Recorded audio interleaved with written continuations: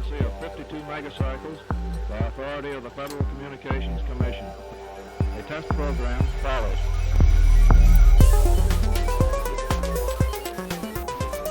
To you who've been trained technically, I need hardly say that there's still a number of problems to solve. I guess you know them as well as anybody knows them. But I think we've proceeded far enough to justify the statement, at least, that these technical problems are not insurmountable.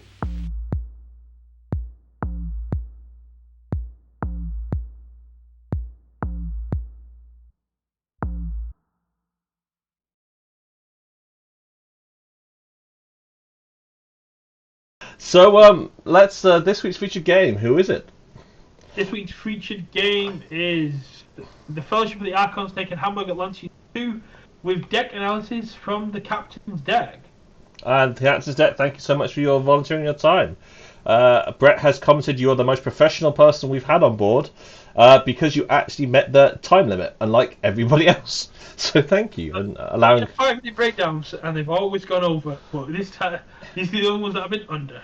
I will let people in the chat decide which guy was the one who went 45 minutes over for a deck breakdown. But let's come on that another day. So here's the feature game.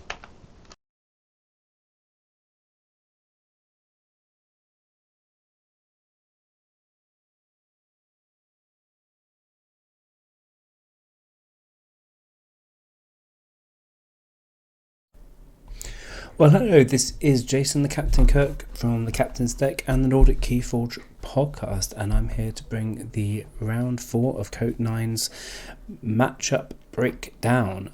This week we are in the Saurian group in the game versus the Hamburg Atlanteans, Team 2, and the Fellowship of Archons from Sweden. Hamburg Atlanteans, of course, are from Germany.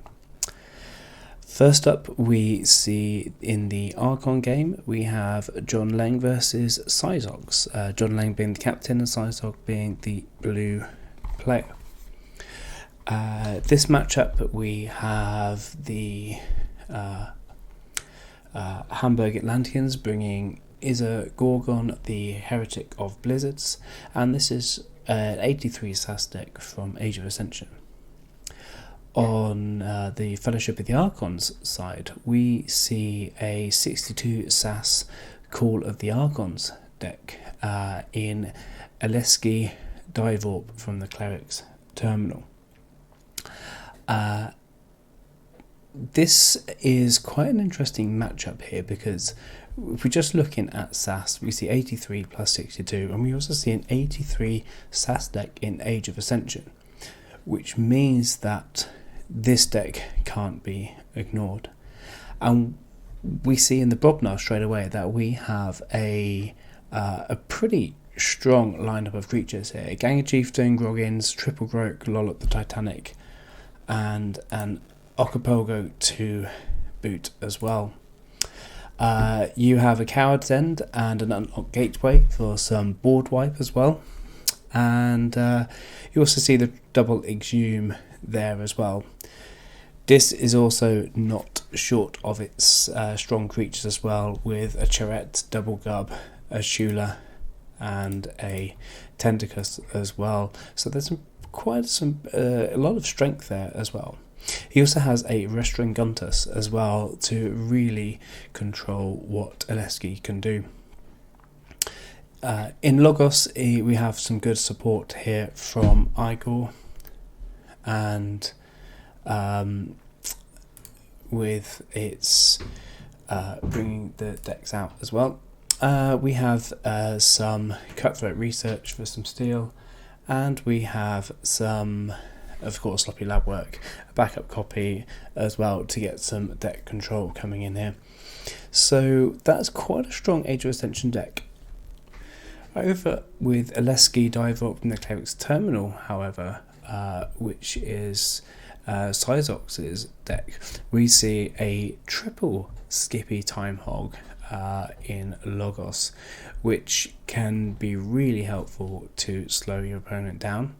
We have an interdimensional graft to take advantage of an early key from its opponents. And we also see a mother and some other fun cards to really get through your deck a little bit quicker and slow your opponent down. With Sanctum, we have a blinding light to stun the majority of the big boards of the opponent there as well, so we can look out for that, maybe perhaps hitting those big Brobnar boards. Then we have some pretty strong creatures here from Sanctum as well, and some house cheating as well with Mantle of the Zealot. Untamed is pretty impressive here too, with a full moon to really up that amber generation, and a key charge to get the key cheat as well. He also has a save the pack as his answer to unlock Gateway and Coward's End, although it's probably not as impressive as the quicker board wipes there as well, because he's really got to bring the damage out for that one. He has a double Mermook to raise the key cost, and he also has a Witch of the Eye and Witch of the Wilds as well, for a pretty strong Untamed showing here. So that's the Archon matchup for us, and all we can say is good luck to both. Right. Wow. Thanks, Captain Stack. That was awesome. So here we go. Starting hands. I've also remembered to unmute us, so that's a good start. Woo! So this has actually got the award for the fastest game in KOTE in KOTE history. If you're not reading chat, then you won't have got the spoilers. But solid opening hand for Cyclox here. You have to be ready for the keys, remote access. You've got the analyst with no artifacts.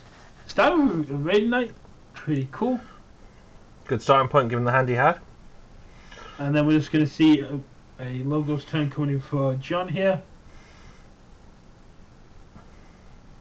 Yeah, Pip's going to do some nice work. Sloppy Labwork, Archive, Wrestling Gun, just discard Misery. Yeah, discard Misery Exploiter. Place Help from Future Self. If anyone's wondering what the new layout is, because artifacts weren't showing, I've cut off the decks and the discard so I can free up some space for artifacts. There's the Legacy Dance of Doom.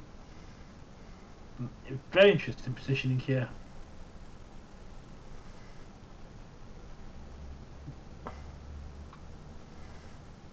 Blaze the rocket boots onto the Raid Knight. Very good. Doesn't seem a particularly fast game thus far, any more different than normal. Oh, just wait. I know what's going to happen. People in chat know what's going to happen. I can't wait for you to see what's going to left it.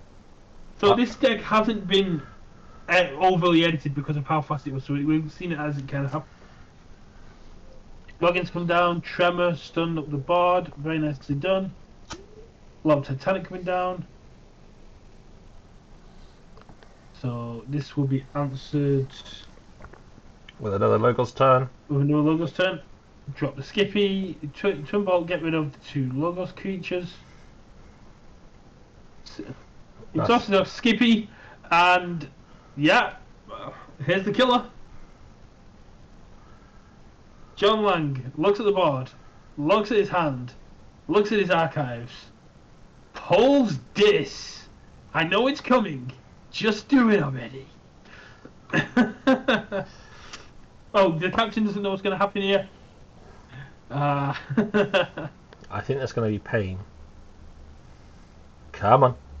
So, in the archives is Restring Guntus. This is going to be called. And do you know why this is the fastest game? Rage quits. Restring Guntus is going to go on until.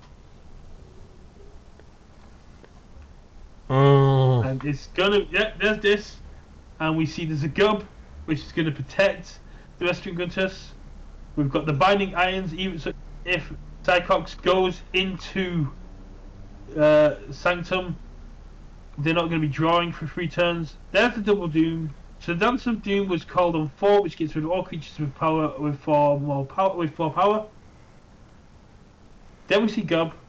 When Gub's off the flank, it gains Taunt. Restoring Guntus comes down, protected by the Taunt, calls Untamed, which means Cyclops can no longer play the house tamed. Binding Irons to add additional chain, so even if Cyclops goes into Sanctum to capture 2 and delay, You can't, it isn't going to can't draw up, make any difference, because can't drop up 4 turns, an instant concede from Cyclops there.